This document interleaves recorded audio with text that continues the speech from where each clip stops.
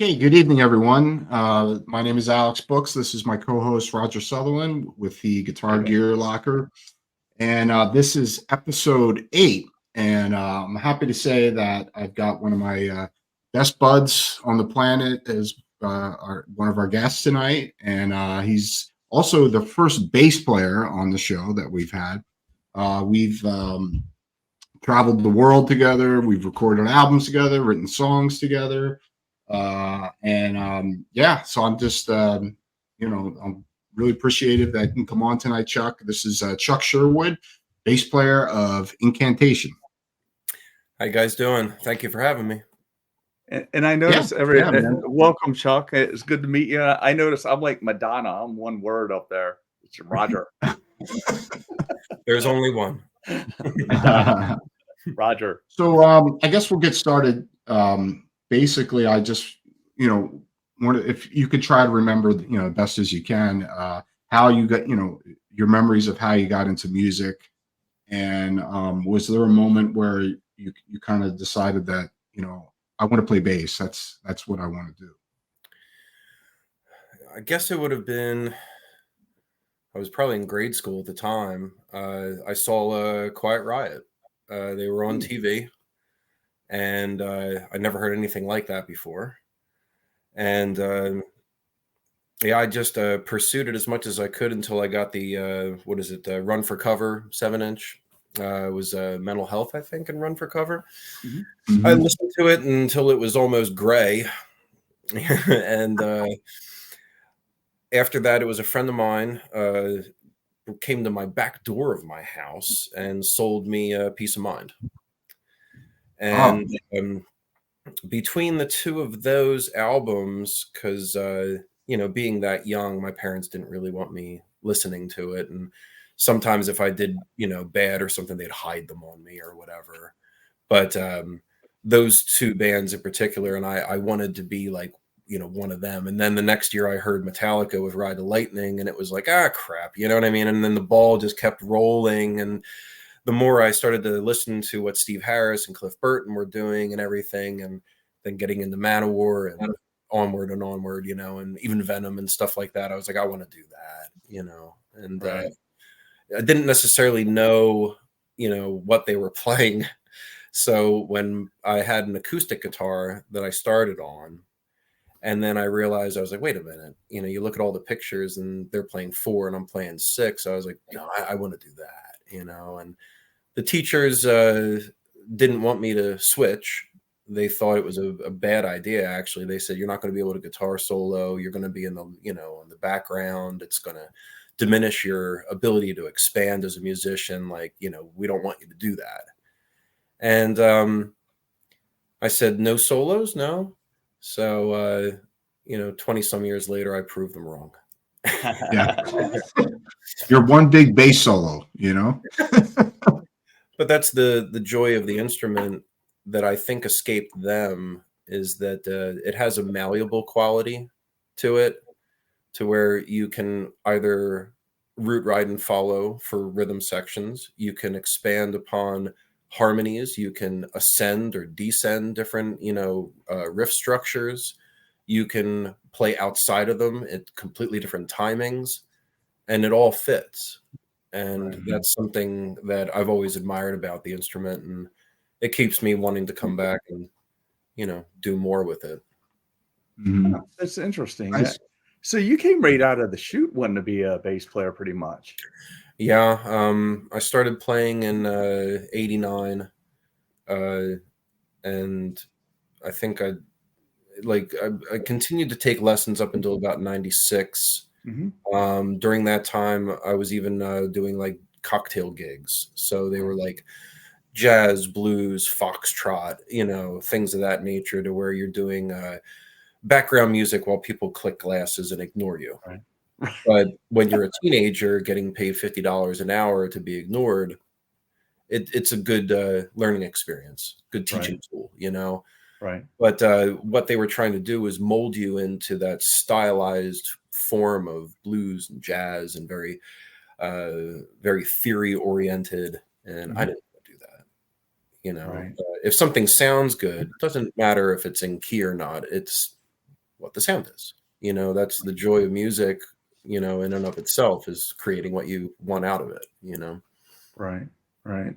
So what is I'm sorry, go ahead, Alex. No, that's it. Go ahead. What is the first bass that you had? We always ask the first guitar. I mean, first bass, and I'm kind of curious because I'm kind of getting into it myself now with bass. My first bass was a Cruise. It was a student model thing. I think it was maybe like $50-$80, and I covered it in stickers, like the ones that you used to get in the old supermarket where you would get the hologram style ones, Right. and I cover the whole thing.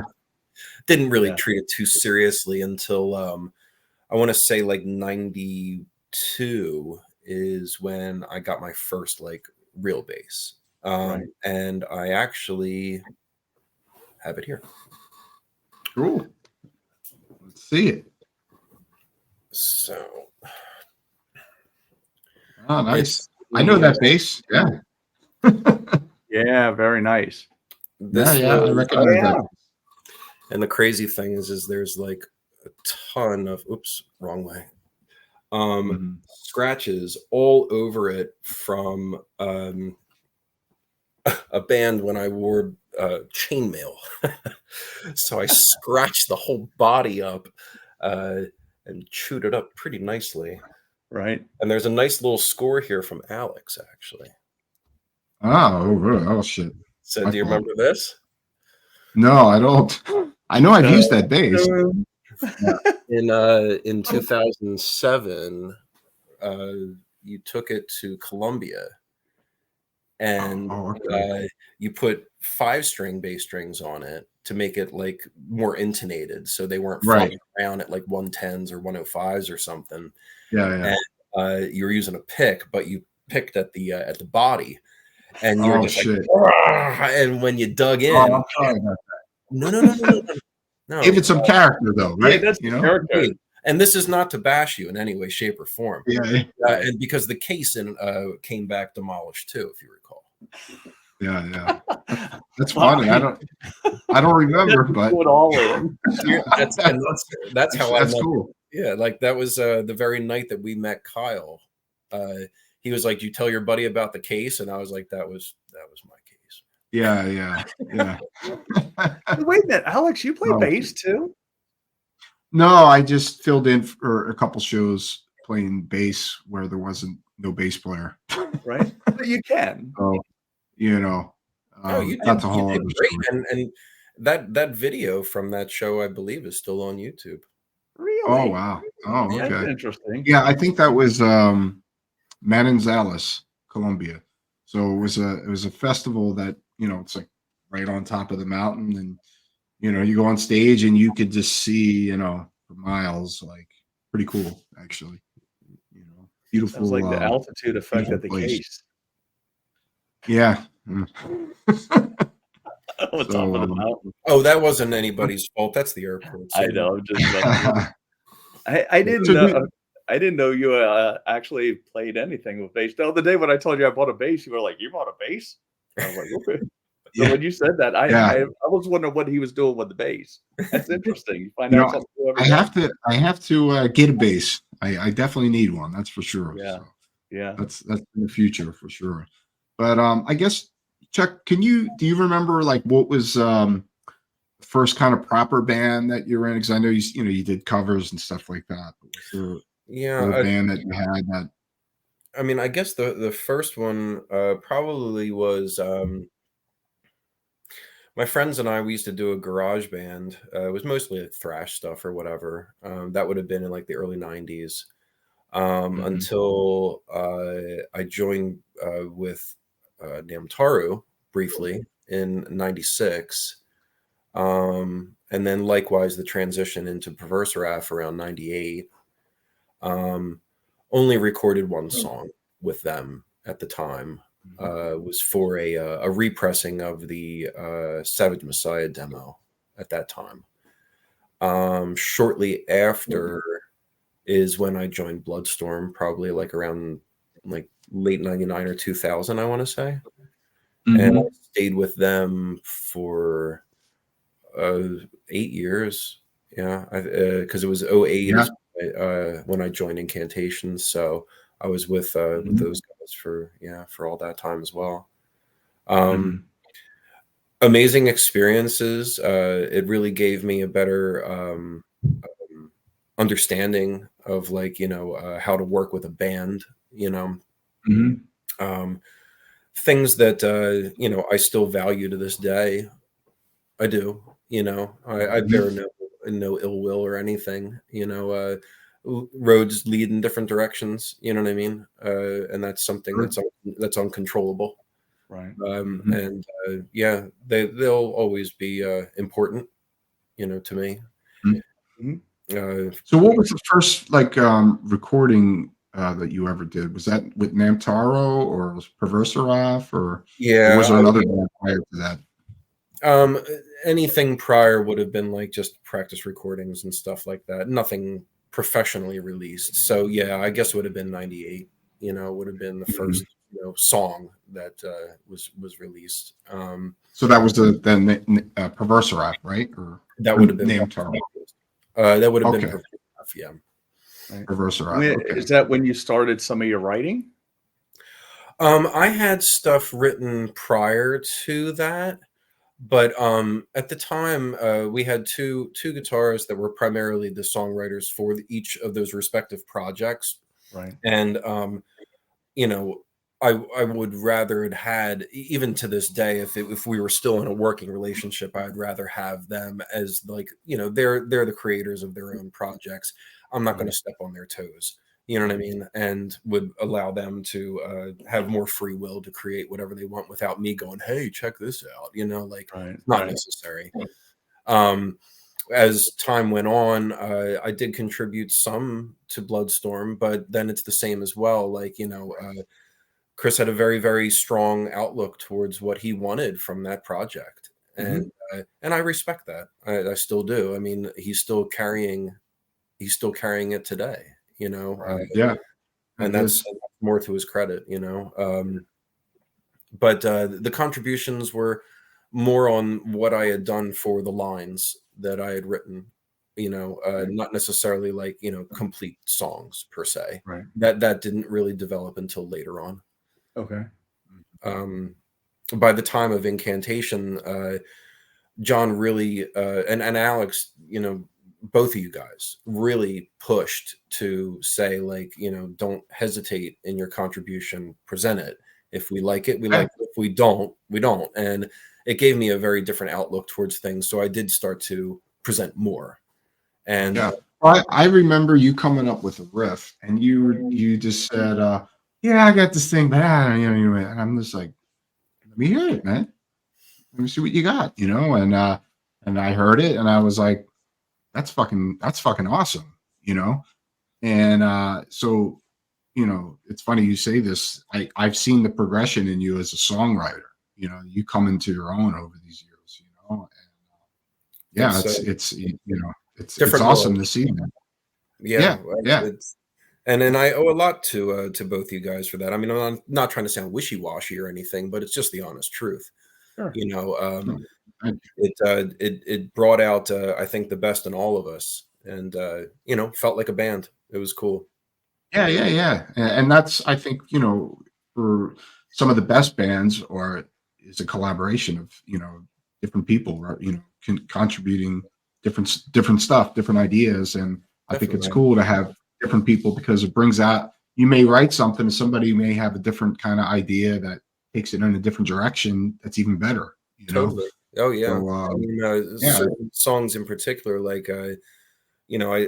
go back to Vanquish and Vengeance, the song, all the time, because it was all it was really a that might have been one of the, maybe it was that song, one of the riffs that you showed first, maybe. I can't remember. But I wrote it slow. And John heard it a different way and said, well, why don't we just, drill that and speed it up? And sure enough, I never would have heard it that way in my own head. But the fact of the four brains working together, it was a think tank. and then once that riff dropped, the rest, reciprocated so fast that it was like in a matter of minutes, well, that's done, moving on. I mean, that's pretty cool. It doesn't happen too often. Yeah. It's always really interesting for me to hear this, because the common people like us that aren't in bands and don't tour and all that kind of stuff and don't write songs, we don't know how that, well, I guess I don't, maybe everybody else does, but we don't know how that comes together. And it's interesting to hear all of you guys talk about that. And I want to talk more about your songwriting down the line a little bit, but it's interesting how you all say, it'll start out like this. It's like this in my head, and then pass it off to somebody else and they'll add to it, or they hear it differently. It's always interesting to me just to hear how a song comes together. Without a doubt. I mean, it's fascinating even from the writing end, because it's what you don't expect is sitting right next to you saying, try this. And before you know it, you look at it differently. Yeah. And when ultimately it's all finished, you still don't know where it even came from. Right. It's like, how did that happen? Right. So basically, when you're starting, you have, one impression of where it's going to go, and then I guess when you get to the end, is it like something totally different most of the time? It can. Other times, it's exactly how you wrote it, and it just gets put to recording. It really is instant inspiration. You never know exactly what's going to happen. Right. You don't know when it's going to happen either. Right. Like you could either overthink and re-edit into oblivion and still find yourself in the same spot, or do so many edits to it that you hate it by the end of it. So it's either a happy medium or somebody else in the way just telling you to either stop or change it. And that's where the collaboration is really the most important, I find. Yeah. Right. And I think that's, for, coming out of the world that I just came out of, we're just such literal, and it just, those thinkers, like, we're just down the line. You don't have to be very creative because you're just going by protocols or whatever. And then when you hear and you talk, like I get to talk to you all every week now and hear the creativity and the creative side, you can't even imagine that in your head. Like, if somebody told me to sit down and write a song, I'd be like, how does that even work? That's why I guess that's why I ask that question every week. It's fascinating. I mean, I think as long as the drive is there, I mean, it's easy to just say, just do it. Right. You know what I mean? But that's not always easy. Like, you could always say, like, put a guitar into somebody's hand and say, just play it. Right. That doesn't work. Right. But to write a song, if you're already playing, you have one idea, make 50 ideas. And between all of that, it becomes like a jigsaw puzzle. Right. You just start piecing them all together.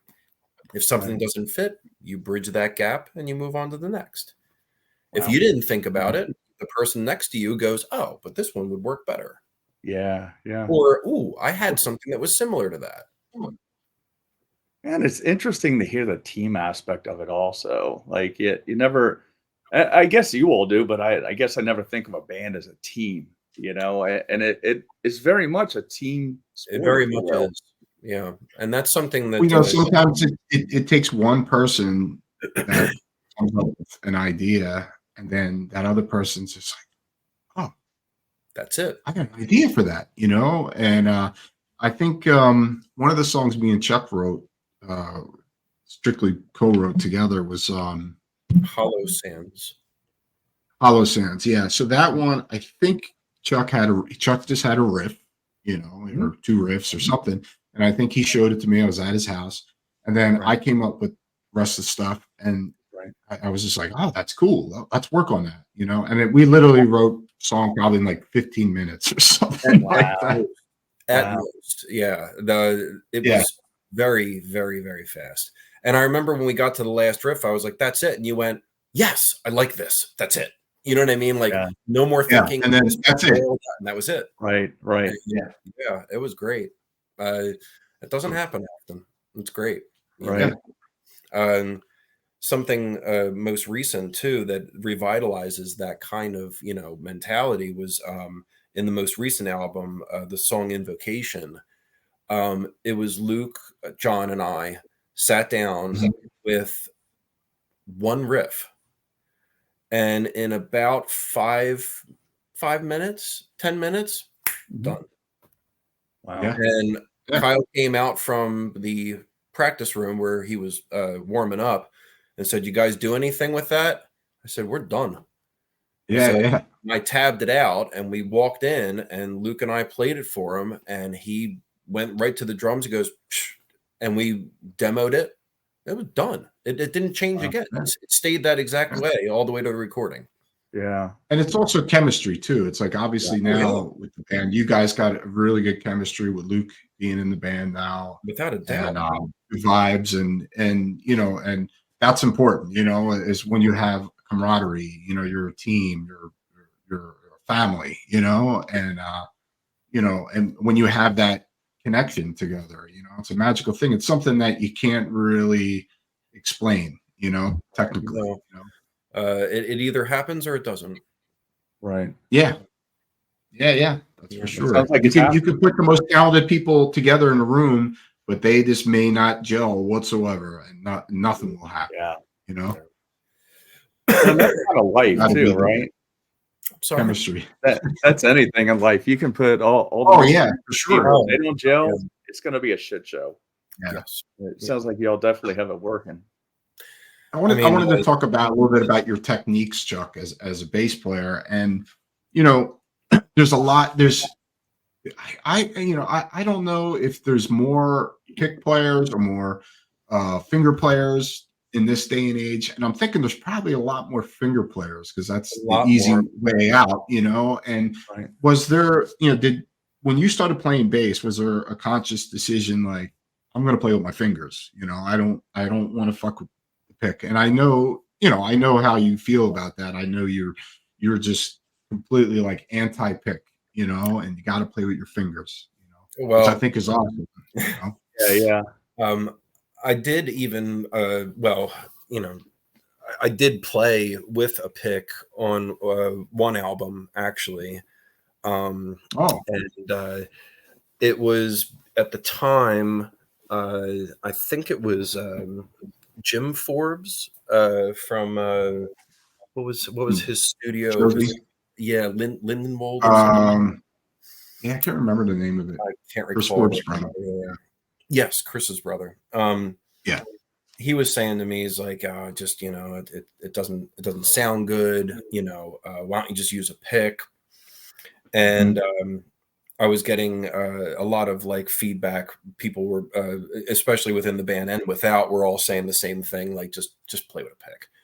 So I did, and I've never been happy with it because it doesn't feel like myself. right. And I think that the production in and of itself, it carries itself through it, but I don't think that anybody would even really notice unless I said it. But to play with a pick is, I lack the capacity. I don't pick with my wrist. I pick with like my elbow, kind of like what was it, Hummingbird from Ministry used to do, you know, where he was like, picking from his elbow, and like, I can't do that. There's no stamina with it. It dies off, you know, and then you stretch out for a little while because you just broke your arm trying to blast through a song, you know, that's nothing but drill the whole time. But with my hands, I think that I was taught with a lot of the blues and jazz and everything that it's every note you have to play, and it forces you to be more articulate, and then you just try to build up the speed to get to that spot, that meshes well with people that are already drilling 10 times faster than any hands could go. Nowadays, I guess that's debatable because I see these kids, they're flying, and I've attempted their techniques, but when you've got 20, 30 years drilled into your brain of muscle memory, it's difficult to rearrange your brain. And unbeknownst to myself, that of quarter timing or half timing or even solid noting certain things doesn't necessarily diminish the song in its entirety, but it's like self pressure, everybody's their own worst critic. So here I am going like, I got to do faster. I got to do better. You know, well, the tone's completely different, and it's like you mentioned briefly, you mentioned about your influences, and I know you brought up Cliff Burton and Steve Harris, which are both, finger players. Was, was there any other players that were pick players that inspired you at all? Or was it like strictly, you were just like, I'm just into the finger players and that's it? I mean, I was mentioning Joe DeMaio from Manowar, like, Oh, okay, he was that's right. lightning fast, but he was always a pick. And right. But he had a very, very unique way of playing, not just his playability, but also like what he was playing, like those piccolo basses and stuff like that. It's very, very guitar-esque, so to like, put him in the same categories, it's not the same. But in more recent years, I would say like even Chris Squire and stuff like that from Yes, he's exceptional. And he's a pick player, but I mean, his sense of timing is just, it's alien. He's just he's totally unique player for sure, no doubt. But I could say the same with, and he's a Rick player too. Yes, he's a Rickenbacker guy too. Yeah. And that's actually dun dun dun. So that's, I know that one. Yeah. Did you scratch that one too, Alex? So I think I was with him when he bought that bass, actually. So this actually was, not to sound, insanely sentimental, but when my grandmother had passed, she left me essentially just enough to own this. So my mom went to Sam Ash in Philadelphia and purchased it for me without my knowing until my birthday. And I swore I would never, ever get rid of it, obviously, and that I wanted to take my grandmom around the world. So we went and did a number of tours with it, and every single nick and ding and scratch was not done by Alex, but by airports. Yeah, man. So now we have, me, I'm a sucker for a cool story and a guitar. Now we have a cool story with a bass, man. Yeah, doesn't get any better. I forgot about your grandmother, about that whole thing. Yeah, that we'll never leave. I'll burn with that one. Yeah, that's a cool story.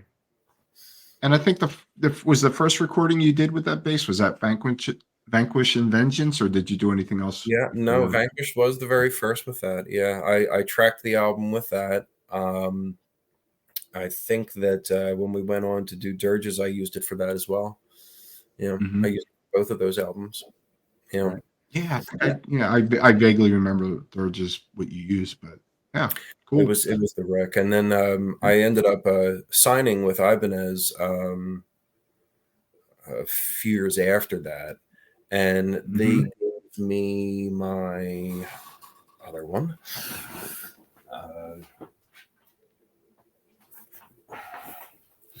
So they gave me my other sound gear. Ooh, nice. And I used this for Profane Nexus. Nice. And Tyler, who both you and I know, Alex, was super, super nice to provide this for me. I even used this on a couple of videos and a couple tours as well. But it's that I couldn't, for whatever reason, I couldn't. It was becoming temperamental, I guess is probably the best way to say it. Flights with it were kind of miserable. I'd have to always constantly be tuning it and fixing the truss rudder constantly. The action was always just jumping. I don't know why. And it's a great bass. I mean, it sounds awesome. It's got a really unique tone to it. It's just that I guess I whined.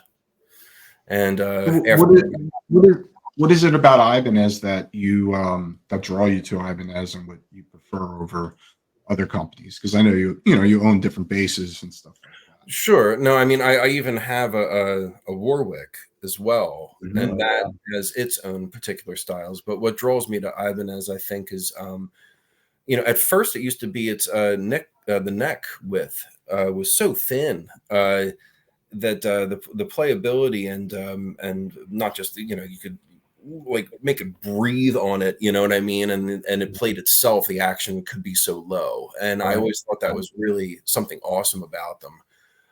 Especially for like when you were younger playing the more like hard attack style stuff that needed that clack against the fretboard and stuff like that. Those were perfect for it.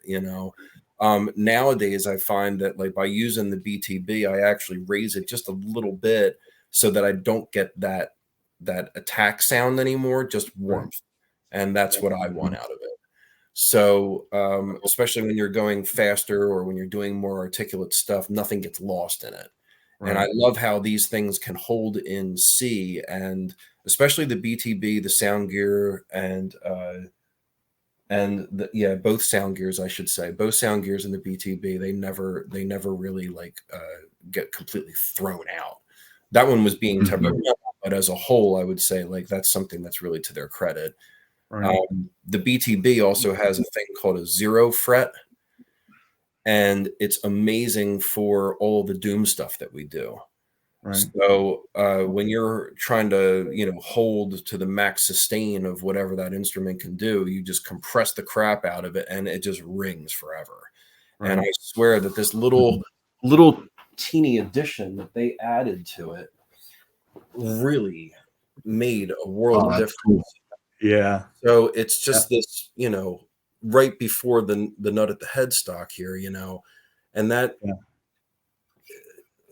I mean, I can't say enough about this instrument. Oh, that's pretty too. That's nice.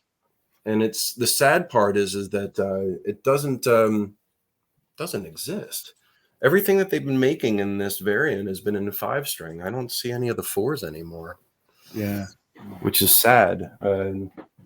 Alex, I'm not saying this because he's on this week, but something's happened. I think it was that Warwick that came through here a couple of weeks ago. I'm kind of like hooked on basses a little bit. It was a beautiful bass. I just bought a new one. I just upgraded my bass. I've been playing bass all week, trying to get more into it. No kidding. So, what did you get? I just got a Schecter. I had a really, really low end, like entry model, just to see if I liked bass, and I probably didn't like it because of that.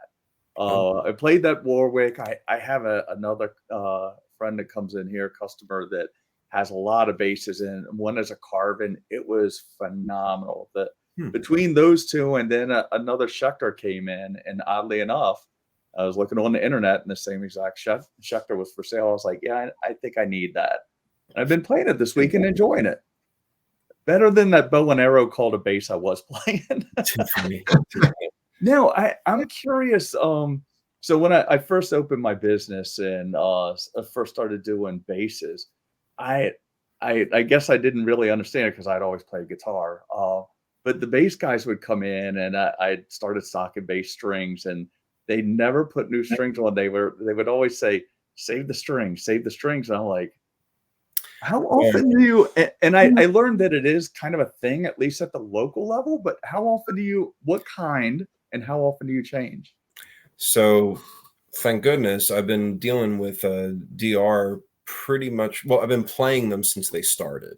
Right. But I've been like, using them exclusively since getting artist pricing for strings through like what's his name, Anthony Carrera, and he's like the DR guy. I love high beams. I think they have a very strong, bright tone. They're awesome for when you're playing like all of like your Yes or Rush or Iron Maiden or something like that, and even Sabbath and the like. I love playing those.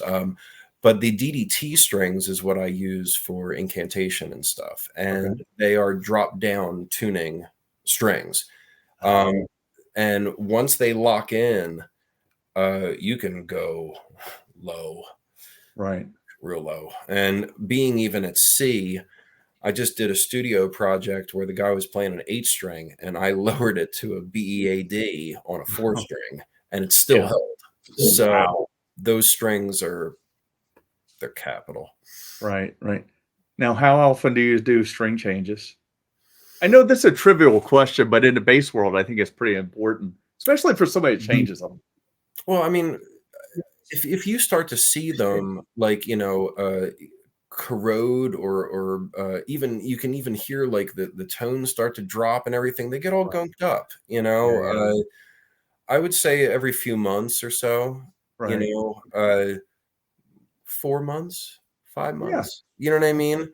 Yeah. I like to change them around that amount of time, because if I change them, like, I remember seeing people on the road where they would change them not nightly, but almost nightly. They didn't even get a chance to breathe yet. Yeah, I agree.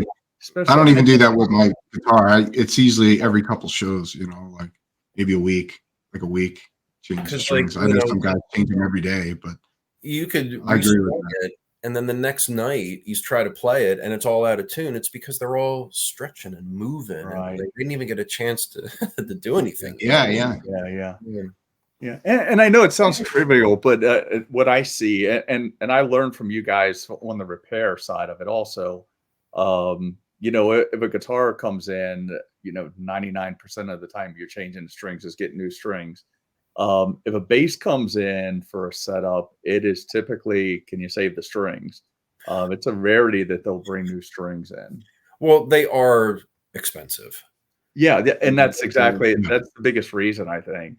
Yeah, I mean, what was it back in the day? You would boil them, and then put them back on, which I don't know. I mean, maybe it'll save you a couple more weeks. Sure. That, or it'll snap on you.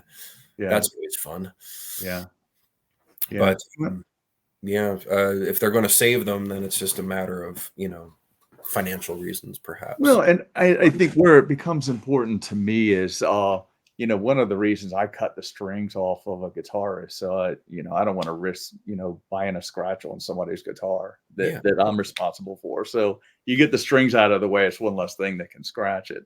Agreed. Bass, those big bass strings flopping around the whole time, I'm going like, oh, geez. Yeah. Keep track of those too. One more thing to keep track of while you're doing a setup on a bass. I got attacked by an E string once when I was younger.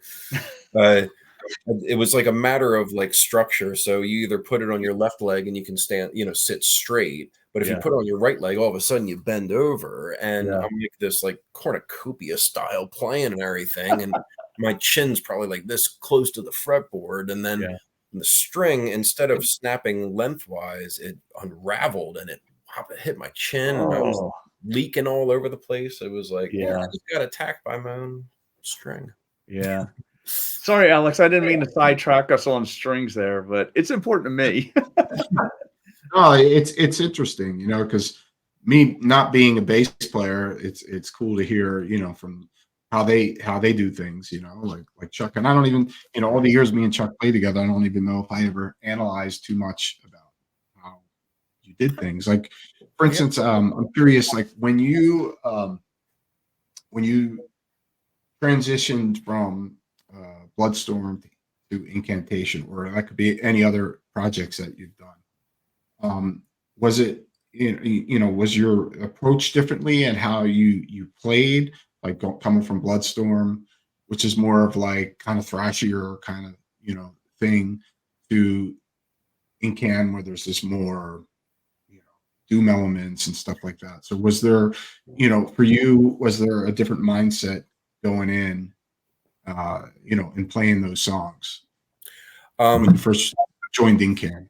I would say apprehension and fear, because in high school, looked up to you and John and Jim and Kyle, and all you guys are a few years older than myself, and I listened to you guys when I was like 16. So now I'm being asked as a fan to become a member. All I wanted to do was be perfect. That's all I was concerned about. And you killed it. But when listening to Onward to Go, well, thank you. I'm sorry. But it's that, you know, when you listen to Golgotha and you hear what Ronnie's doing, I wanted to do what he did. I'm not here to reinvent things. I'm here to do the right thing for this band. And what we were doing was Golgotha and Mortal Throne. And I said, I'm going to do the very best to do those, you know, that material the way it's to be done. And if anybody's got anything, you know, to add to it, I'm here to listen, like almost like a Jump How Highs thing. And that is how it started for me. You know, to be amongst and around you guys and be on a stage and playing and performing for people was a little overwhelming, man. You know, I was never even like remotely thinking, even in the back of my mind, that I'm going to all of a sudden like make an alteration or change anything. Fuck that. You know, like, no. So it took a long time with your help. It you know, it certainly did develop into what it is now. It's more cohesive, but at the time I was trying to be a literal, you know, an automaton, you know, like I wanted to do justice to you guys and that material to the best of my ability. Like that's very different outlook. Right. Yeah, and now, you know, all these years later, you know, you've really become an accomplished songwriter yourself, you know. Yeah. You know, and it's just great to see that, because I knew you had it in you when you were younger, and it's just sometimes you just need that little push to say, hey, I can do this. And you know, because I think as an artist, you know, maybe and I don't know what you were thinking prior to Incan, but maybe some of your previous projects that you're in, maybe a little frustration that you wanted to, you know, be more creative, and maybe you just felt like you couldn't at the time. I mean, Coming in, and you were welcomed, you know, welcomed your creativity. You know, it was, yes, like was it more liberating for you in certain yes, ways? You know? in more ways than I actually comprehended, even at that time. Still, it's a little hard to grasp it all, but I had about 7 songs written between, you know, I think it was between Perverse Raf into Bloodstorm. I had about 7 songs written, and none of it ever got touched, to be honest. Even after I did my solo project, still it's still lingering. Now I don't think that I would actually use any of it. But it's funny to think that even back then, so we're talking like 99 probably, you know, I had stuff ready to go, and Wow. it didn't happen. Not to say that it's a bad thing, because other things happened, you know what I mean? And they were just as important, you know, but were they as personalized? No, perhaps not. Personal experiences were great, but was it my own thing? No. When it comes to Incantation, it's all of ours. So when I had other ideas that surfaced, I was like, well, you know, these would not fit within the realms of what Incantation is. Its foundations were built long before myself, and there's no way in the world that I would be that, you know, have the audacity really to alter that. So I decided to do Occupancy and create on my own. And that's that is solely me. And So it's, getting to that, actually, I'm curious. Did you have, like, to Occupancy? Did you have a vision right away? Because I'm not sure if, you know, some of the audience may not know out there. Occupants, you write everything, and you sing and play bass as well. You know, I mean, so was there an idea, like, before this project started? Like, was there a vision that you had? Like, this is how I want it to be, and this is yeah. what I want to do. Yes, I mean, all those things combined. It started actually when we were in Brazil, if you recall, in 2010, or was it, or 2012? Oh, 2012. Yeah, yeah, yeah. So we were taking a shuttle from the airport to the hotel. I believe we were in Sao Paulo, and Kyle had said that he had an idea to do a 7-inch, and the 2 songs from that 7-inch ended up becoming Shed the Skin.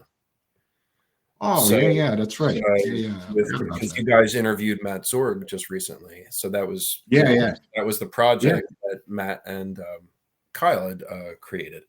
And at the time, Kyle said, "Well, I think Paul and John were talking about doing something at one point from Master. I'm sorry, Mhm. Paul Yeah. Spector. Yeah, that's true. Yep. And Kyle goes, "Well, shit, you guys get a lineup, and then we'll make like a 7-inch box set, and each of the 4 members of Incantation will have their own lineups, kind of like what Kiss did, for their like Peter Criss and Yeah, that's right. It's a like, cool idea. We never did it though, oh, but but in essence, we kind of did in our own different ways. Like it didn't translate into that cool box set that we had the idea of, but each one of us ended up doing something, and that's Right. great. You have you went on to do the Ruinous, material. yeah. Right. This predates that as well, and Yeah. it took that long for me to like compile what I wanted to do, find the right people to play it, and then actually release it. But that's where it started all the way back then. And it was a very clear-cut idea, that it would all be about dreams, the subconscious. So if you have necromancy for the dead, occlumancy is the magic of the eye or the third eye, the dreams. However you translate them is up to you, but each one was like either reoccurring up into traumatic events. You could say that they were prophetic. You could say that they were coincidental. I mean, or however you want to perceive it. I mean, I don't even know what they are. So that's the whole, that was the whole idea of it. And I had a lot of great people play on it, including you, Alex, and it was that, things ran afoul to where it didn't get, it didn't get released the way I wanted it to, which is made it more negative, I think, in my eyes. But it is great to have worked with like my friend Nick Smolensky and my drummer Frank Chilperut, who also plays with God the Throne now. I was fortunate enough to have Dan Gonzalez from Possessed, and he also did like the Sepultura run and stuff like that, and everything. Also Ash Thomas for Faith Extractor and Estuary and Shed the Skin. Also just a great friend. Faith Extractor. Yes, without a doubt. Yep. And VJS, Sargeist and Cursus, and I've been friends with him forever. And he also, mixed and mastered the album for me, so I had a very large group of like friends that got together to make that work. And it's very near and dear. And it's, it was a lot of hard work. I wrote everything. The guitars, I even patterned the drums originally before Frank came in with it. The solos, the solos, no, obviously not, but the harmonies and the lyrics, the vocals, the bass work, it is what it is. Right. As far as singing goes, like, was it a conscious decision that you wanted to be the vocals, or was it just out of necessity? Like, I might as well just do it myself. Necessity. Instead of trying to find somebody. Yeah, necessity. Yeah. I mean, I had originally ideas for certain folks, but I think I was more like on a timeline with myself, being tired of it, sitting around waiting, and I just was like, yeah, I'll just do it and get it out there. Yeah. Nice, cool. And also, I know you write the lyrics for Shed the Skin as well. You do all the lyrics, I believe, for that. Right? Yeah, well over 50 songs now at this point. Yeah. Wow. Yeah, and for Incan equally, if not more so. Yeah. I also wrote lyrics for Hellrune, which was another project that I did. We're waiting on that to be released now. It was a posthumous tribute to a late friend of ours who discovered heroin. That's all it was called. And the last material that he wrote was on a hard drive that we recovered, and we pieced together the last of the stuff that he wrote. And we had Charlie Corin come in, who is our live drummer for Incantation, also ascended. Great drummer. Exceptional. And he knocked it out of the park in a few days. You know what I mean? It was almost effortless for him. And that is a very near and dear project as well. Playing amongst, good friends, for somebody that, to hopefully pass it off as a legacy to his son. His son will never know his dad. So, at least we can give him something to, in tribute to, what he had done in his achievements. Like, he was an excellent songwriter. Dan was the man. Yeah. And even more recent was Balefire project that I've been working with, and wrote all the lyrics for that as well. And so a lot of lyric writing. Wow. Yeah. Where do you find I know, Alex, I always get us on songs and how they're written, and it's a guitar channel. We're gonna call it the Song Locker channel. Okay. But I'm just always interested, like, where do you get your inspiration and your thoughts for the song, and how does that come about? Or like, is it like, I thought of this today and I'm going to make a song out of it? You mean, I know that one there was inspired by your friend that had passed, but typically, like, if you're going to write an album or whatever. Well, that album in particular, I think that we delved more into Norse mythology and folklore, or I should say, like, Scandinavian, North, like, even Germanic folklore. That's what was for that one. There's no real, like, set schematic, and I certainly don't take, like, everyday events and put them to music. To be honest, I'm more of a research. I like history and the topics less spoken of, and that's where I'll derive that from, like Entrails from the Hag Queen, from the past album. It's a Balinese opera.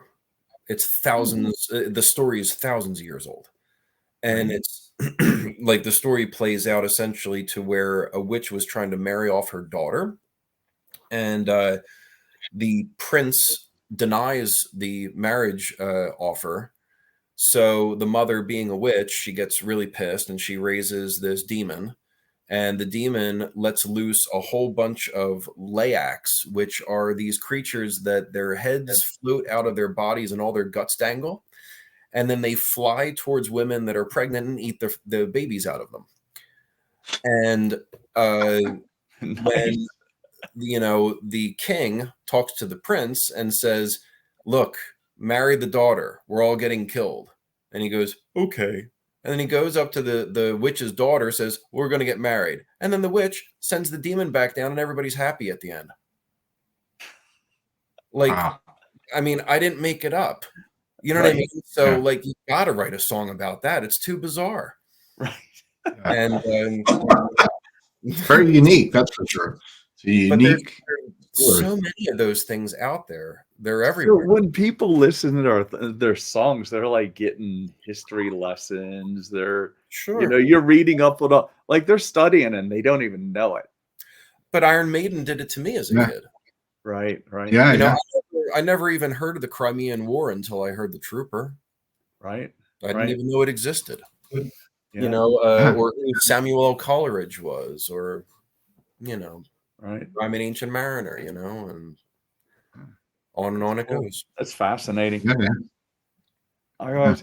Now, I know Alex, I steer us off track for the guitar. Now, advice for guitar players, because I mean, a lot of guitar players, I hear it all the time. They're going to switch over and they're going to become a bass player. What's your advice? Yeah, well, they really do that. What's that? Do they really do that? Oh, come on. Yeah. I can tell you one right now, Chuck, is Geezer Butler. Geezer Butler was a guitar player, and when he joined up with Sabbath with those guys, Tony was like, I'm the guitar player, Right. And I I guess he had no interest in doing two guitars. So Geezer just kind of got thrown into playing the bass. What a wise choice for that. Holy cow. Yeah. Well, One of the and, greatest bass players ever. He's phenomenal. He's another one Yeah. of my major influences. Like, yeah. Oh, wow. Yeah. Well, I think for me, and Alex, we've talked about this before. I enjoy playing the guitar, and I've done it a lot. I played since I was a kid, but I do it a lot for stress relief and things like that. But in playing the bass, I find when I was in junior high and high school, I played in a band. I played the baritone, so you kind of carry the bass line. So I think my ear is kind of more in line with, or more in tune with the bass line rather than the rest of it. So it seems like it comes kind of more naturally to me, I think. I mean, there, not to repeat myself from earlier, but it's like you have so many options. Right. You have one particular riff. You can root ride it. You can follow it. You can go against it. Mm-hmm. You can descend into it, like walk lines. You know what I mean? Yeah, So you can feed up to it or descend into it. You can play octaves. You can play chords. You can do dissonant things. You can play a root, a third, a fifth off of like a regular power chord riff, and like it'll just be something then completely different. Right. Right. You have all these variables at your disposal. Right. Exhaust all the options, see what works best. Many a time people will say like something that could clash, or other times it's so busy over top of a solid note, and you go, that's really sick. You never know. Right. Play around with them and actually get other opinions as well. If you rely solely on yourself, then do a solo project, but if you are in a band or dealing with or working with other people, I should say, but working with other people, it's important to take that into consideration as well as you're maneuvering around the fretboard and finding what works best. Right. I even pulled out a spatula the other day when tracking for an intro. I wanted to make weird dissonant sounds. And I'm scraping it across the strings while doing different chords. That's the weirdest sounding crap ever I did. I'm adding all kinds of weird pedals to it, but it's like, use it all. Right. Anything that's at your disposal. Experiment. Well, and I heard you all talking about pick or no pick earlier, and I was wondering if guitar players that are transferring over to bass or going into bass from guitar, if they're more likely to play with bass. It seems to me, and I'm more of one of those traditionalists in everything in life, it seems, and it seems to me like seems more traditional to play with fingers than a pick on a bass. So I'm trying to force myself to do that. There is, I gotta bring up something, and now that especially you're talking about this, like the transition of guitar player into bass, and a lot of these guys, they wind up playing the bass like a guitar. And one thing I can say about you, Chuck, and especially in our kind of music in death metal, bass doesn't stick out so much. And there was only, there's Autopsy was one of those bands where the bass is very prominent, which you don't hear in a lot of death metal bands. And I have to say, until Chuck joined Incantation, that was when the bass kind of came alive in that band, and where you have a presence there, and it's you're playing the bass with the drums, and you're locking in with the drummer, and that's where you talk about you have all this room to do all these different things. You're not just following the notes all the time. And that's, to me, is a real bass player, because I played bass on albums where I had to do it, and it's I have to do it coming up, actually. And you have to approach things a lot differently, so did you feel, because I know you've past bands you played in, and with Incantation, you kind of, for me at least, as an looking at your career, it seems like you kind of found your place musically, like where you could kind of be yourself and and stick out and let the bass be, come out in a way that usually doesn't come out in death metal work, because everything is so kind of like mechanical, where this is very organic sound. Does that make any sense, Chuck? It's kind of you to say that. Thank you. I find that in Bloodstorm I did a fair amount of busy accents, tons actually. I even had a solo at the end of the one song, and that's something that I would I'll never forget any of that. I mean, that was very, very much branching out. But what I get from Incantation is a blending more, as a instead of punching through the foundation of like your guitars and your drums and everything, and everybody's got their level, right? Instead of just breaking through all of it in order to do more, which was my brain was doing back then, is that you find yourself that spot, and you can, no offense, Tom Araya, but like you can Tom Araya it and just ride into oblivion, accent at certain moments, or make your own. Like you don't have to do anything that the guitar is doing. You could just go in this direction. And that was something that really developed a lot with Incantation, to where, follow it when it's necessary, especially if you have like vocal patterns and things like that, or a solo comes in. You don't want to be dancing around all underneath it, all that. Keep it true, and let each part, hold its own. If you were like a power trio kind of thing, there's no room to hide. You have to hold those spots. All the busy prog stuff that we listen to and everything, that they knew when to stay. Okay, that's enough now. Now this is their time, and it switches kind of like the way blues and jazz does. That rotational kind of attitude still carries over even into like what we do. I notice it, and it's necessary to know when and when not to. Like right. Steve Harris is extremely busy, and that's important. That's important. Without a doubt. Especially like this most recent Incantation album, the Unholy Deification. Luke is an exceptional musician, and this is his first full length with the band.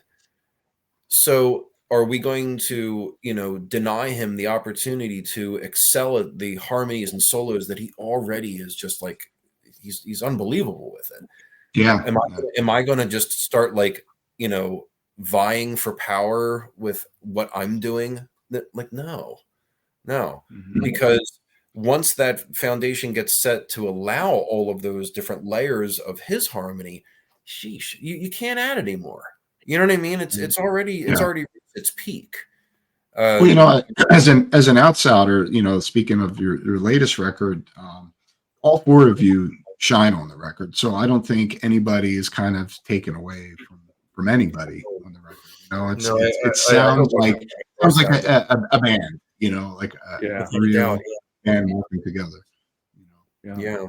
I mean, I notice it more than in more recent years. I'd say, like I see it again, and that's great. They're great people to work with. Do you like work? Because I know you got quite a few different projects, and I'm the same way, where I kind of got to do other things. I can't just be stuck in one place all the time. And one thing I've learned, and I don't know if it's the same for you, is for me it's been a blessing to work with all kinds of different musicians over the years, and I think it shapes you a lot as a player. Because when you play with different people that come from different backgrounds or whatever, they just have a different vibe about them. It just broadens you as a player. And is that something that you found to be true, that that's helped you along, I think, in the big picture of music? Yes. I mean, I agree with that actually 100%.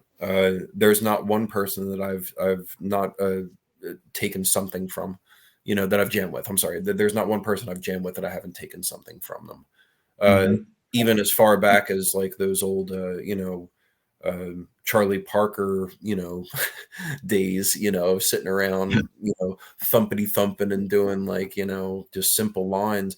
They were all very, very important. I mean, I played with a guy that was, he was been playing since he was 3 years old and got 5 Grammys or whatever back then. And we're teenagers, and here's this guy playing piano, essentially like shouting chord structures over his shoulder at me as we're, being ignored. It was, nothing touches that kind of experience. I was in a progressive, like a thrash hardcore project, and, they were all really close friends of mine, and the musicianship and talent that was involved with those guys, I'll never forget that either.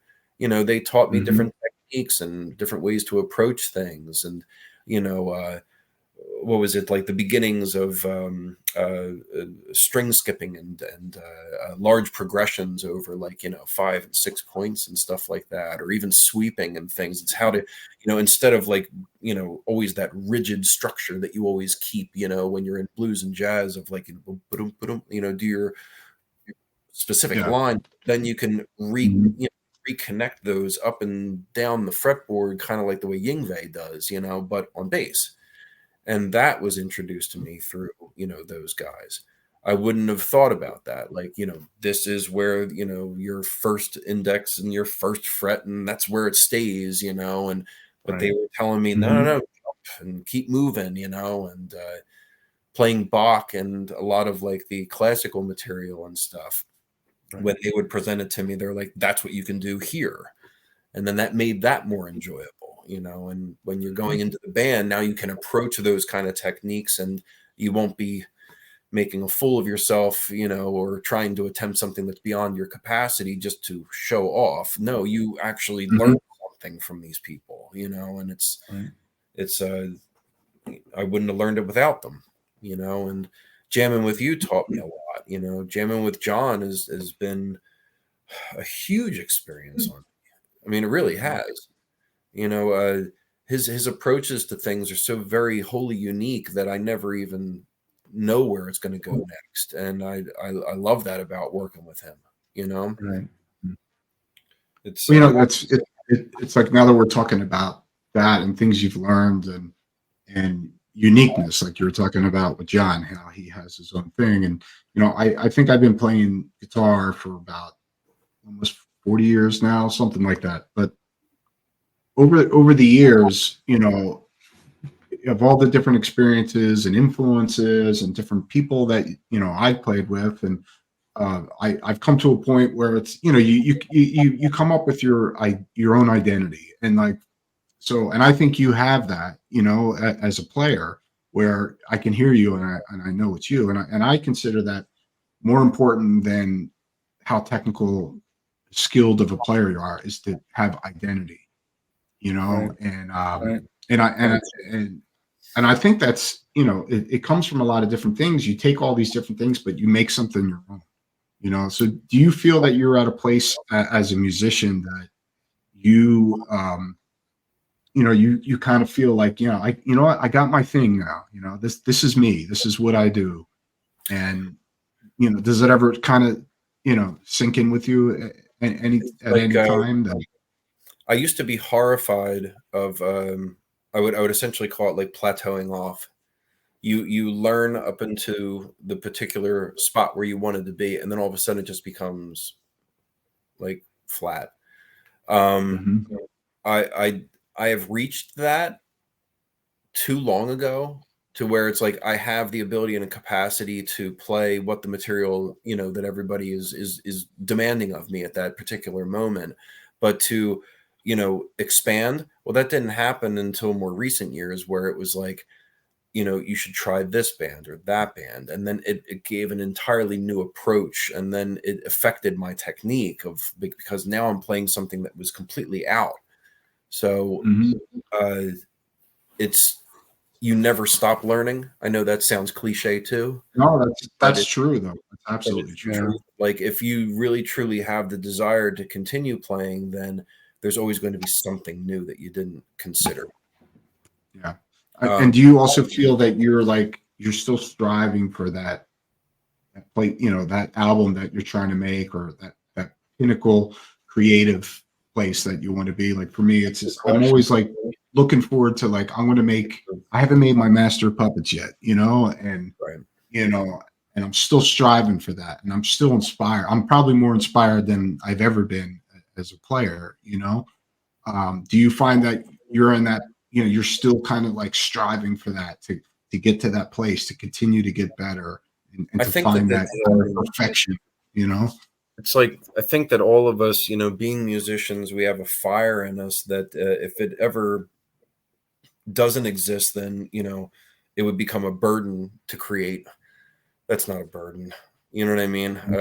Personally speaking, like I don't think I'll ever get rid of that.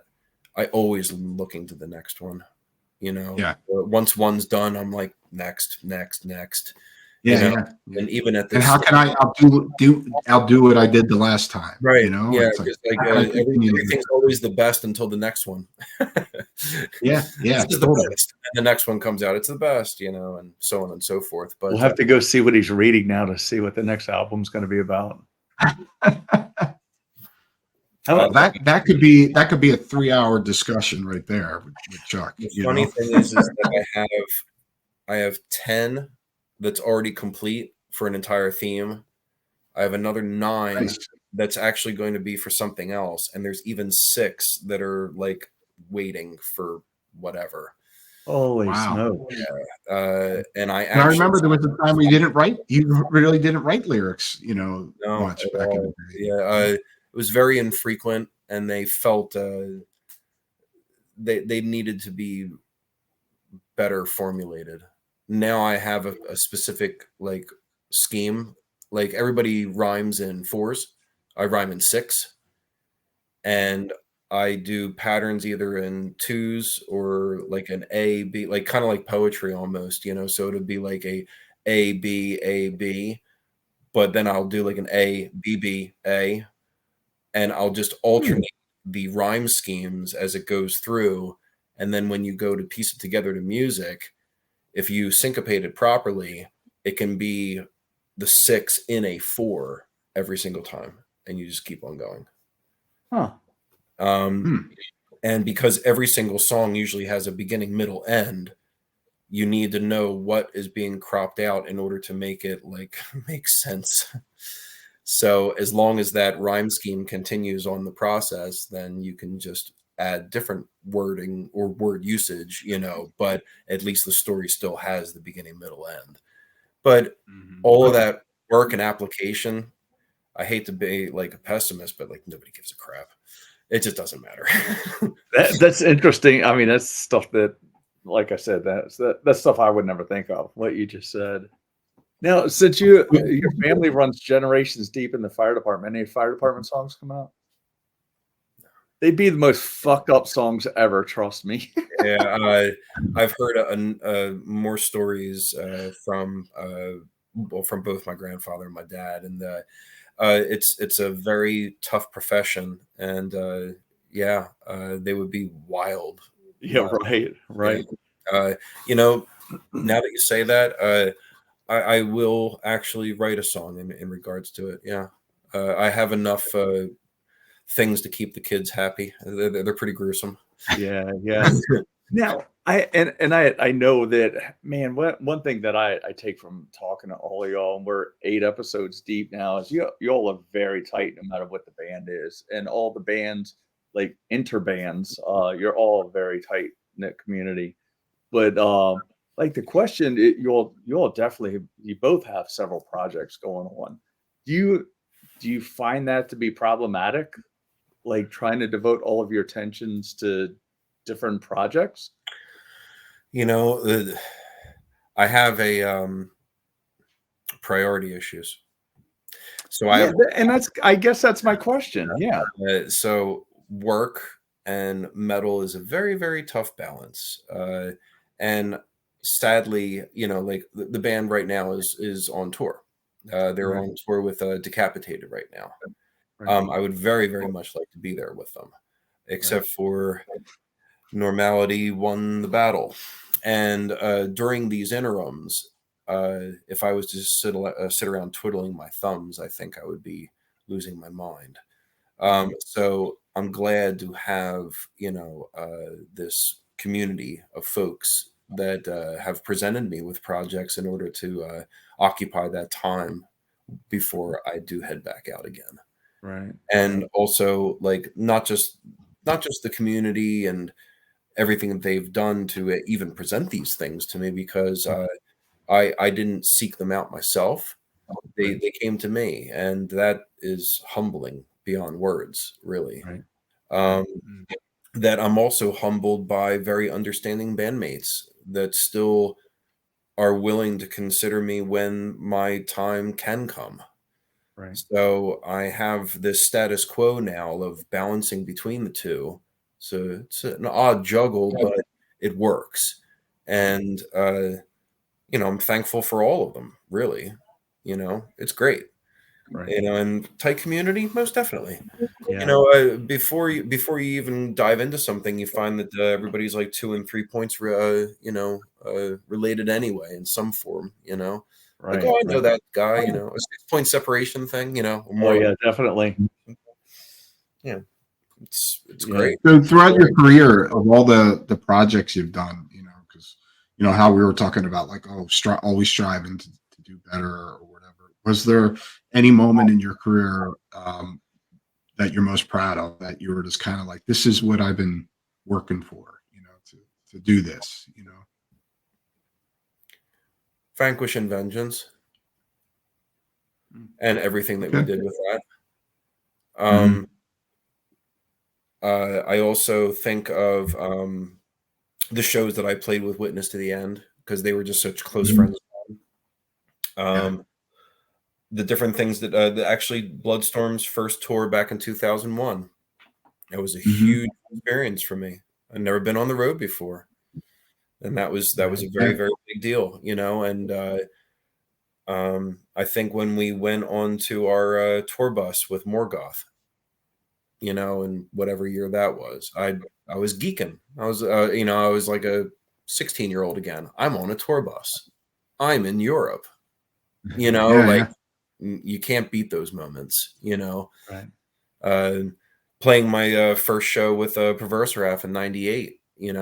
There was nobody Mhm. there, and it was in the middle of nowhere, and it was just our friends, Mhm. but we were there on that stage Mhm. doing it together. Mhm. It means everything. I'll never forget those moments. Yeah. And then you go in and play for some festival.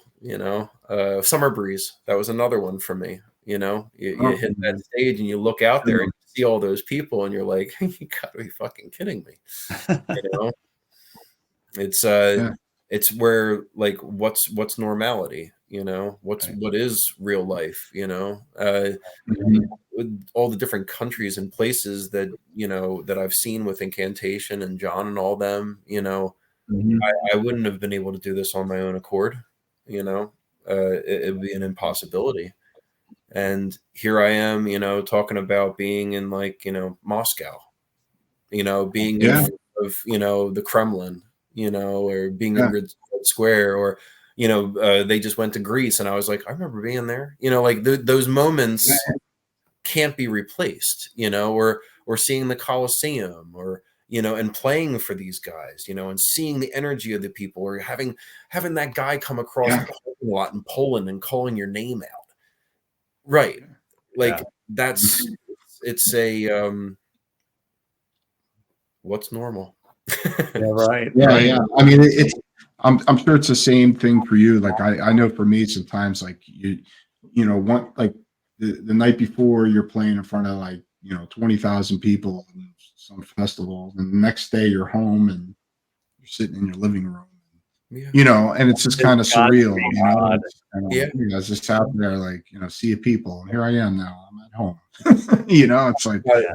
We went and we did South America, and there was a Mexico run, and on both of those occasions, I like to bring these people up because it just staggers my brain. The guy took a 12-hour train trip from Chihuahua to Leon, and he had a brand new leather on, and he was super excited, and he couldn't be happier to be there, and he's holding a beer out to me. Dude, I've never traveled 12 hours to see anybody. Yeah. What do you say to some kind of devotion? And it's what do you do? Yeah. And then the other me and you have had that discussion many times. You don't. Yeah, I don't even know how to think about it. Because you don't think of yourself as that of how people look at you. Right. But we're all three of us are fans too. And there are our heroes. And I'm sure it's the same for them, where they're just kind of like, I don't understand why this guy's looking at me that way. And but it's a positive. I've always talked about, especially with we play dark, heavy music, but even though I guess it's considered to be negative, it's really a positive thing. It's a positive force that it gives a lot of people hope, in their lives. And like, for instance, you're talking about that, some guy that drove 12 hours to come and see you. In fact, I'll bring up a story that is relates to me and you together. Was I don't know if you remember this, but we were on tour in Europe, and it was a last minute thing where there was a show thrown together for us because we had a day off. And it was in Germany, so we played. I think we were playing like a really long set, like 2 hours or something like that. And so we played in Germany, and there was like nobody there but like these three guys, And we played the whole show for like these three guys that were there, and said they drove for hours to be there. So I kind of like, at the time, I don't know if I believed them so much. And then fast forward a couple years later, I was in Europe again, and with another band, and with Funebrarium, and these same guys were in Germany. It was a lot more. There was people there, and these guys are like, hey, I don't know if you remember us, but we were the ones that came to this show, and we just want to thank you so much for doing that for us and playing. And we played, the whole set, 2 hours, and it really meant the world to these guys. That's something I remember that. So we were in Ingolstadt. Ingolstadt, where it was? In the middle of the snow, and there was 7 people. I counted 7 people. 1, 2, 3, 4, 5, 6, 7. That's a bitch to audience surf on it, and but it was awesome in a lot of ways, just to just to experience that, because we'll never forget it. And now they didn't either, and that's a lot. Yeah, that's great. Wow, that's can you imagine being those dudes? They have a story to tell. The thing is, it's like that, that kind of stuff means something to somebody, and we're just taking the time, to talk to somebody for 2 minutes or whatever, I met so many people through the band, and you go out into that crowd and just kind of say hello, guy's getting a drink at the bar, and he turns around and looks, and he goes, "What are you doing down here?" "Getting a drink, dude." Well, you don't pay, I pay. And I'm like, no, that's not the way it works. I said, I'm just here to hang out. So what's your name? And I'm a jabberjaw, you know what I mean? So I will, when most folks would be like, you're talking my ear off, I'm talking theirs. So it's great to, to interact with them, get to know how, what they want to hear, or what they thought of the set, or how it sounded to them, because everybody's interpretation is different from stage to crowd, and they have extremely different outlooks. Some are, you can do no wrong. Oh, it was great. And you're like, oh God, or, wasn't so good. And you're like, oh, I thought I did good tonight. So, you never know. and that kind of stuff is all up to the individual, and that's why I like talking to them. Yeah, and you can't put a price on that. Those kind of things, is for me probably the biggest gift out of music is just all the amazing people that we meet through music.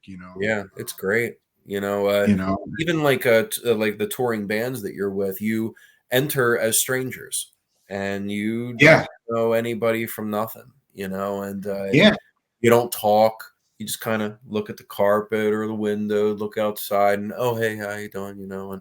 But then by the end of it, it's like you're best friends. Everybody's exchanging yeah, numbers. yeah. Lifelong And friends. lifelong friendships that are made Yeah, like out through of the, that. and then you run into them a decade later, and it's just like, hey, like not a moment's lost. And Yeah, totally. it's Yeah. yeah. Metal is a very impressive thing. It's very Well, Yeah. and it sounds like you all collectively and that whole genre of music, you all have something that not everybody has. And it's rare to find it nowadays. And that brotherhood, I mean, I hear you all started up as he's my brother, and Mhm. that happens nonstop. Sometimes in regular life, it's just words. They may say they're your brother. I think you all are genuine, more genuine about it.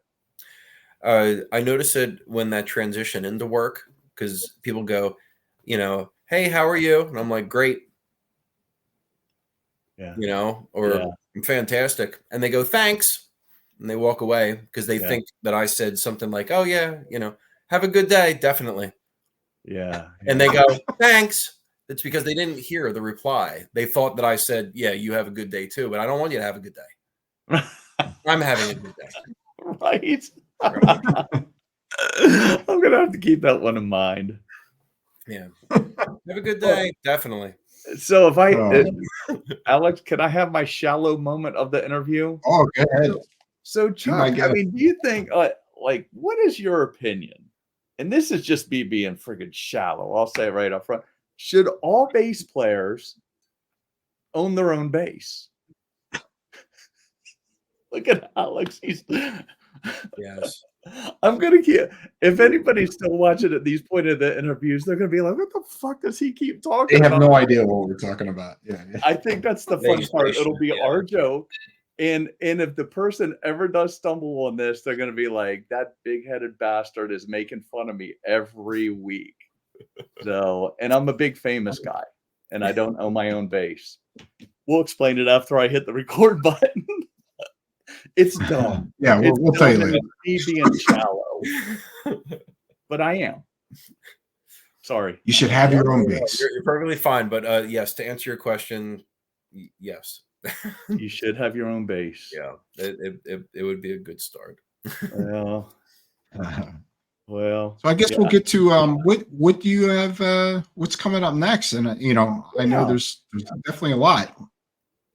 Oh, we're nearing our completion to another following release for Incantation.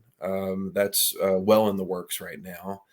I have the Hellrune project that is a primarily black metal project. It's since finished. If there's anyone that wants to help shoulder cost to pressing it and releasing it, help. There's Balefire, and there is also Zombie Chronicles. I worked with Tita from Goblin, Horror Legacy, Necrophagia, and That is up. and that is I'm finished tracking with that. Hmm. Can you tell us a little bit about that project and The Zombie what Chronicles. what it's yeah. It is, to be honest, Tita contacted me and told me that him and I think it was Bruno from Goblin as well. I might be wrong, so I apologize, Bruno, if it's not you. But that they had already about 6 songs, and Tita sent me the chord structures from it, and then I transcribed it to that. and just tracked at that given moment. And then I heard that John was going to do vocals. I believe John McEntee's going to do vocals for it. Oh, nice.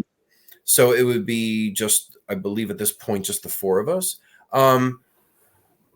Like Doom, mid-pace to Doom style. Very, very low.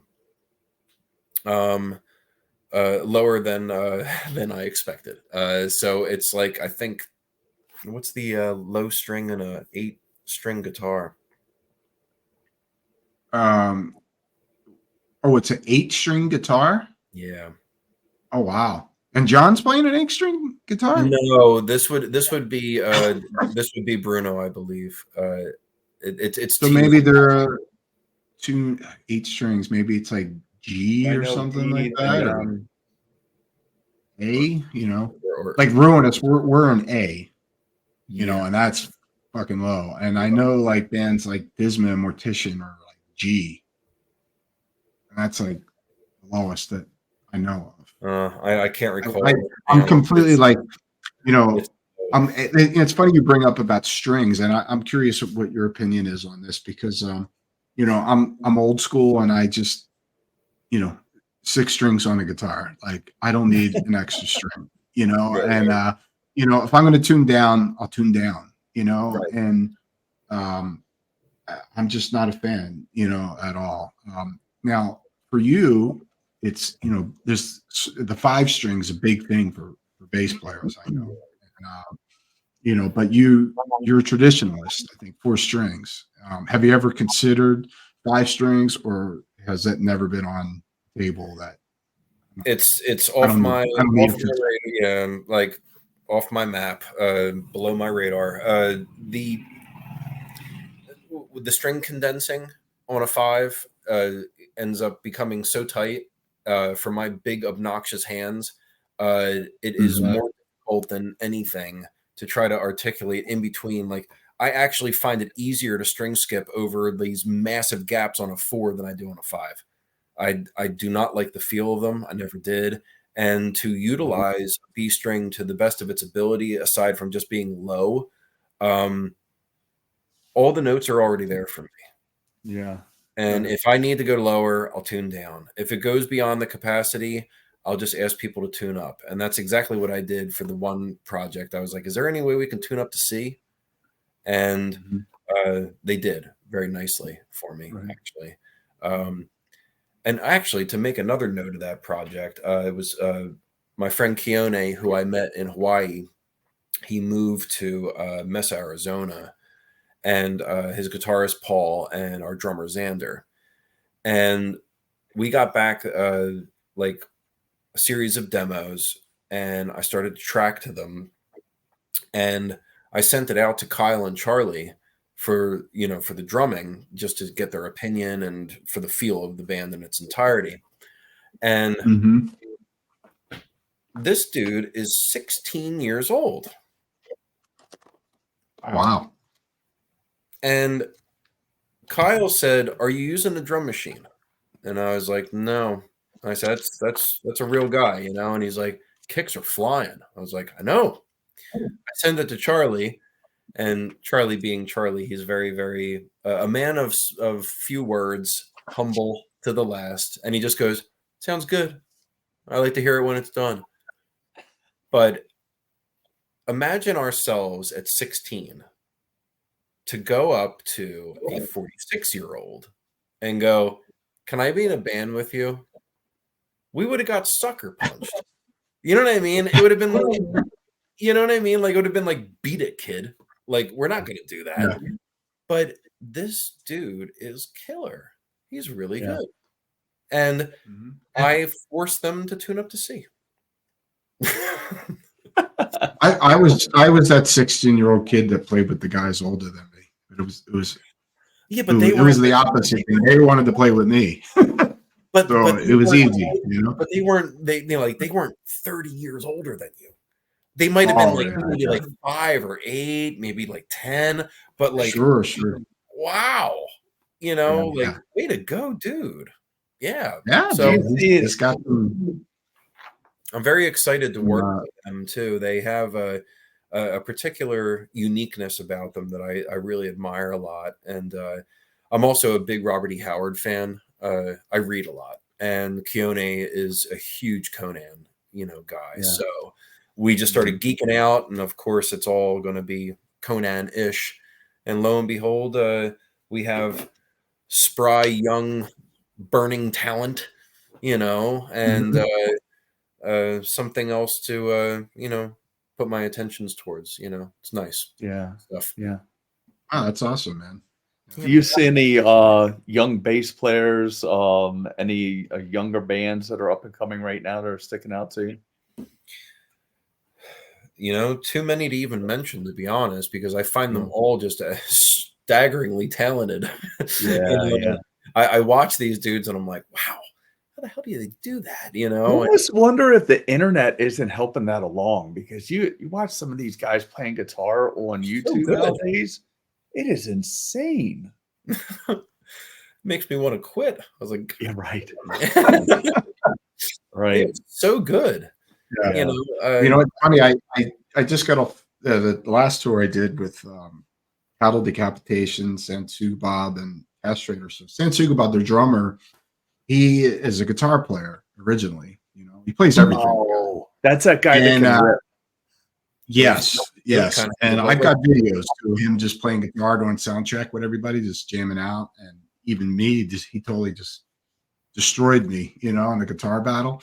So, but long story short, he's he's a younger guy and just amazing player and tasteful, really tasteful guitar player.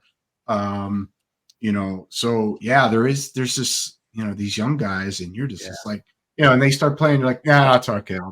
I'll just. Yeah, that kid's talented.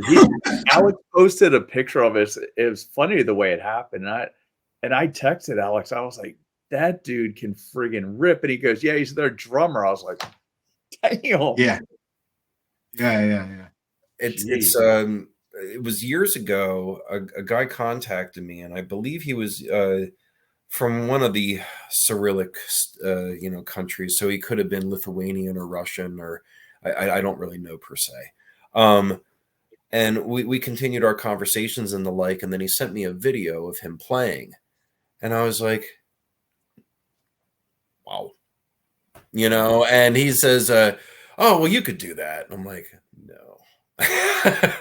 No, there's no way, dude. Like, I mean, it's kind of you to think that, but like, I can't do that. No. But you know what though? Your limit. When you say that, like, oh, I can never do that. I could just go back on my own personal, experiences as a musician, and there's one point for me that really sticks out, and I probably told you the story before. Chuck is when it was probably, I guess it was 1986, and I was playing with my friend Chris, and me and him, first guy I really played guitar with, and he wasn't my teacher, but he just gave me like a chord sheet and like learn this or whatever. But, so long story short, we were doing covers, we were playing like Metallica, Sacrifice, Possessed, whatever, Death we played, and so one of the covers we were going to do then was Exodus Piranha. So he was like, I'm going to do Gary Holt solo, and you're going to do Rick Honold solo. I can't play solos. And he's like, yes, you can. Go home and learn it. You can do it. And I'm just like, I don't, and I really, when I first started learning, I just, all I cared about was riffs, and still do. That's the most important thing. But so I went home and I was like, all right, I'm going to do it, and that was the days, back then I had a record player and you had to take the record off and, keep going back and forth, play along with the stuff, and, got Bound by Blood vinyl, and, and, but long story short, I came back the next day. I just pushed myself, and I did it. It was the first guitar solo I ever learned and played. So where I'm getting at is, I think determination, goes a long way. So like, as you said earlier in the interview, like you were like, I'm still learning, Sure. And I I feel that way as a player. Like I feel like just in the last couple of years, I've gotten better. I progressed like a lot as a guitar player. You know, I've learned things. You know, not from anybody in particular, but I'm just I've become more well-rounded as a player, and so I think there. It doesn't matter how old you are or how long you've been doing something. Yeah. You can always get better at something, or there's always something new to start doing that you didn't do. Just because you didn't do it for 50 something years doesn't mean you can't do it now. No. Right. Like, I mean, I had an interaction with a guy that I knew in high school, and I hadn't seen him or talked to. Actually, I still haven't seen him in decades now. But he found me online and was like, "Holy crap, dude! You used to teach me bass lessons for cigarettes." And I'm like, "That sounds like me." So I taught him I taught him back in the day, and I remember that it was like mostly like scales and structures and like that, and he was a huge Nirvana fan at the time, so I was teaching him "Come As You Are," and he was like, "Oh, this is so cool," and the thing about him is that he was inspired, and he had a fire to do it, and he had a desire to actually learn each lesson, so that each time there was a progression to where he ended up learning what he wanted. Yeah. Well, I've taught a number of different people over the years, and the thing is that fire's not there. They lose interest. If it doesn't come quickly, then fuck it, and that's not the way it should be. Like my friend said to me, he goes, "How many times were you asked to practice?" Asked? Nobody had to ask me ever. I played whenever I wanted to, and it was a lot. And if a lesson came up, I wanted to learn that lesson. So nobody ever told me like, "Oh, you got to learn this." No, like I did it. So being the teacher now to the pupil, they didn't want to do it, and they wanted it instantaneous. And if you didn't have it, then it wasn't worth the effort. And when we were looking for one particular tab book that we had to order to the store and then go pick up from the store, and that was the only book that you had. Now, with the advent of the internet, they can get all of them. Now, will they be accurate? But even back then, with the old Cherry Lane and Mel Bays and all that other stuff, they were inaccurate. I mean, no offense to Wolf Marshall helped me huge, but he was inaccurate. Yeah. And when it comes to, what we learned later on down the line, when it becomes the internet, most of them are inaccurate. So when does it actually become accurate? Oh, I don't know. I mean, maybe it's due to your ear when you finally go, "That's not right. That's better." You know what I mean? And you muscle your way through it, but it's always your desire to do so. And you put that effort in. Nowadays, they don't have that. They just click, learn it, got it. And if they got it, they become exceptional. That's why I think we find so many exceptional players. The rest of them, they got weeded out so fast. They were just like, "I don't give a shit." I got an iPad over here. I'll play PlayStation over here, and that's it. They're lost, Man, there's one kid I see every once in a while that pops up on my feed. I think he is British. Wears like a Stevie Ray Vaughan-ish hat. And I know who you're talking about. Kind of blues guy, right? If you close your eyes, you would swear to God that was Stevie Ray Vaughan playing. He just yeah, he has that touch, man. But here's the other side of things, and I talked about it earlier, and I was saying something that Chuck has which is identity. And you could be, and I see it like now that we're talking about, all these young, amazing players, because there's so many of them. They can like play anything, but the one thing they don't have is, first of all, it's like trying to write a song. Can you be a real songwriter with something really to say? And identity and feeling in the playing. And if it's, you're talking about hearing things, like if it sounds right to you, then it's right. Like just because it says it here on a piece of paper, that doesn't mean it's right and it's going to work. And I can remember, Chuck, I think that's one thing when you started playing with me and John, we would talk about feeling and things like that. Yes. And, and that's to me is the most important thing. Like you take like Jimmy Page. Jimmy Page he wasn't as good as, or let's say he wasn't as technically proficient as, say, Steve Howe from Yes or Jeff Beck or guys like that back then. But Jimmy had feeling, and he had something to say with his music. He was an amazing songwriter. So I think that kind of supersedes all that kind of stuff. I mean, one thing at the same time, it is inspiring to see these great young players out there. True. Like I find that the most how do I word this properly? So you can have people that are like scale junkies. You know what I mean?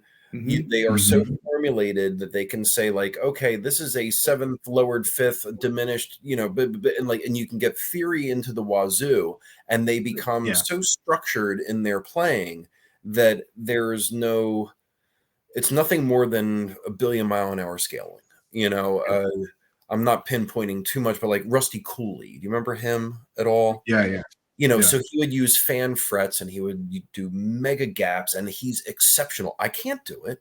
I mean, trust me, like I'm not bashing him. Like he was extremely talented, but there's so many of those folks that are just very much like that. Yeah. How many sweeps can you do? How many taps can you put in? How many I don't know. How many scales can you burn through in a matter of like one beat? You know what I mean? And all of that is very well to do. But if you have like that, Bloodstorm taught me this, is that you can have the most primitive thing in the world and you can play on that. And even Mortician and stuff taught me that too. Of like, you can be the most primitive in the world and those things still resonate. Yeah. You can go from, and that's the most important thing is the feel, I've said it many times, like, somebody like David Gilmour or Tony Iommi, those guys can say more in one note than most of these other guys can say in, a billion, 100 notes that mean nothing. It's just, and I think it comes down to maybe this is old people talking. I don't know. Well, and I think, I see a lot of people now coming in and out of here. And, I think at the end of the day, and unless you're doing it professionally like you guys, if you like cheap guitar, expensive guitar, who cares, as long as it inspires you and helps you enjoy it, and makes you want to play it more. Like, who cares if you're good? Who cares if you're bad? If you're the star of your basement, who gives a shit? That's the thing that I tried to deter a lot of folks from. It's terminology that ends up putting a mentality to it. Yeah. When people go, "Oh, I'm not very good," to who? Yeah. And if you think that you are good or bad, to who? There is somebody in a garage somewhere right now that can blow all of these bands away. And it will happen every single generation. As the next one comes along, they will be better than the last, and on and on and on, and it will go. Are you trying to hold up to what standard? Do you enjoy what you're doing? Yep. It's the main thing. Yes. Exactly. My friend from high school, I hadn't seen him in forever. His daughter wanted to play open mic night at a bar. She's 16. I hadn't seen him since we were 16. I hadn't seen him in 28 years. And he likes to play guitar now. Yeah. I'm happy that he does. Yeah. And he's got a fire with it, and so does his daughter. She wanted to go up there and play Beatles. Play the fucking Beatles. Yeah. Good for you. Yeah. Awesome. And it wasn't very good, but it was. And you enjoyed it. Yeah. And you did it. And you're right. And good to who? Good to who? I had a guy come in the other day, brought in a 2009 Telecaster, and he's inspired by, he got it fixed up. His kids started playing, I think they're like 20 and 23, and they got him inspired. He's playing again, and sounds like he's having a great time, and that's what it's all about, It's all you could ever want out of it. I'm like, we get the same enjoyment, whether it becomes you in your bedroom to you in the garage with your band, or if you're touring the world. It's the same kind of like, you get that same, I don't know, that inspiration. Like I remember me and you, I don't, one of the songs we wrote together, and I remember you just getting your arm and going like this, and you're like, that is making me like this, or something like that, like my Really? hair standing up in my arms, or Oh something. There's yeah, something, yeah, and yeah. you were just like, oh my god, I you do know. do that But a lot. that's Like, what it's about, It's Was he about freaking expression levitating? What and was he doing? inspiration, so you know. when you, I say to people, especially like, when the metal world and the normality collide, they would say like, "Oh, how do you listen to all that like really loud stuff? And how do you even know what they're saying?" And I say, "What's your favorite band?" And they'll mention it, and I said, "Does it give you goosebumps?" And they go, "No." So you haven't found it yet. When you do, there's no way back. Yeah. And there are many, many occasions where actually the very first time I ever heard Thin Lizzy was in the car and Alex put it on. We were headed out to John's house for practice. Mm-hmm. You put on Okay. Thin Lizzy and you put on Black Rose. And I heard that song and I went, every single hair was absolutely straight up. And I was Oh, like, that's right. I remember you really liked that a lot. and Yeah. I was like, Yeah. this is fucking awesome. And you were Yeah. like, yeah. And then you started putting CD after CD into the car. And I was like, I'm sold. Like, here's Deep Purple, here's Rainbow, here's Thin Lizzy, it's Yeah. those kind of introductions, when you hear it and you have that reaction, at least for me personally, when I have that reaction, it's stuck with me forever. Like I can't get rid of it. Well, for me, it's as exciting and fulfilling for me is like to sit there and play something for you that I'm passionate about, and then for you to get excited about it. It's the same thing with writing music, and you go out there and there's people that love what you do, and you're inspiring them in some way, and that's, I mean, you can't. That's one thing you can never put a price on, But I that's get those same exact chills up there. When you look out there and you see that 16-year-old that's going, and he can't even control absolutely. himself. And I just got him right now. So it's like, you can't avoid it. And that is how you find out who you really, you find out who you are. Yeah. And then all the plane rides and not sleeping and all that stuff. And then that, frustration of everything. And then you get to the stage and you forget about all that. All of it. Like, all right, that's why I'm here. Yep. Yeah. What is it? You work 23 hours to play the 24th. Yeah. And it's totally worth it. Yeah. I guess that, like pretty much it. I guess I just like to, I know you got some, what you got coming up for the year. I think you got some festivals you're doing this year, right? Yes. I'm sorry. I guess I derailed earlier, didn't I? Yes. Oh, no. So, no more than I do. Show is very, sorry. we're the most informal show. We're just here to talk and have a conversation. So yeah, and I'm glad Alex asked that. I was going to ask you earlier. So yeah, what do you have coming up? So the band as an entity, we have this run, and I know that come May there's supposed to be a Milwaukee Metal Fest,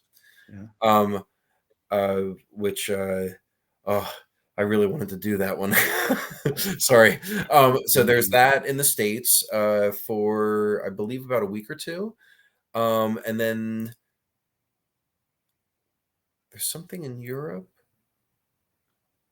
I think you have like Vakken, I think, right? You told me you had like you're playing Vakken. Please edit this nonsense because I apparently have like lost my stream of consciousness here. No. So yes, so there's Europe now, the States, and then upon the return is when I'll be joining with them. So it would be late July, August, and cool.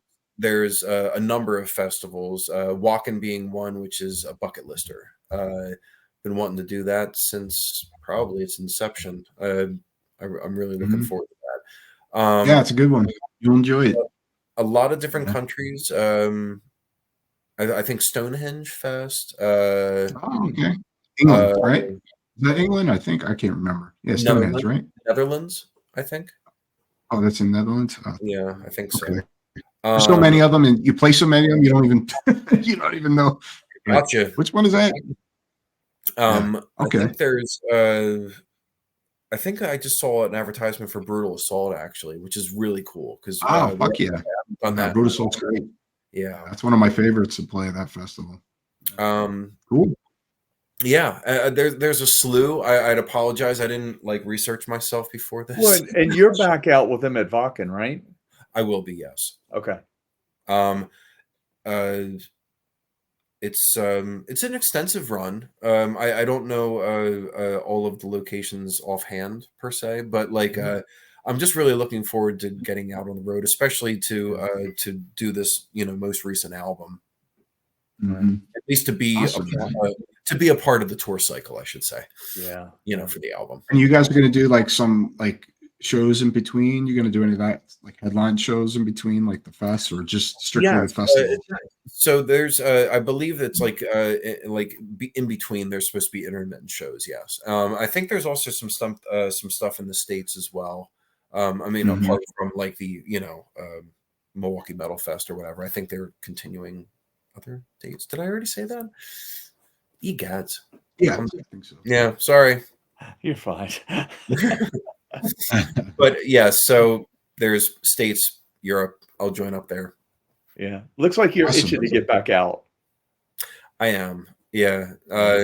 It's I love my job. I love my environment, the people I work with, and and the stability. But it's the monotony when you know that life is speeding along at breakneck speeds, and I'm home. It's gonna be tough. It's difficult, but it's also manageable. I try to contain myself for the process, but it's I know that thank goodness to John and those folks for being kind enough to flip flop as it deems necessary. But I'm ready to go. I wish I was there now. Yeah, awesome, man. Yeah. Well, I'm looking forward to hearing all the new stuff you got coming out. New Incantation, Occupancy as well.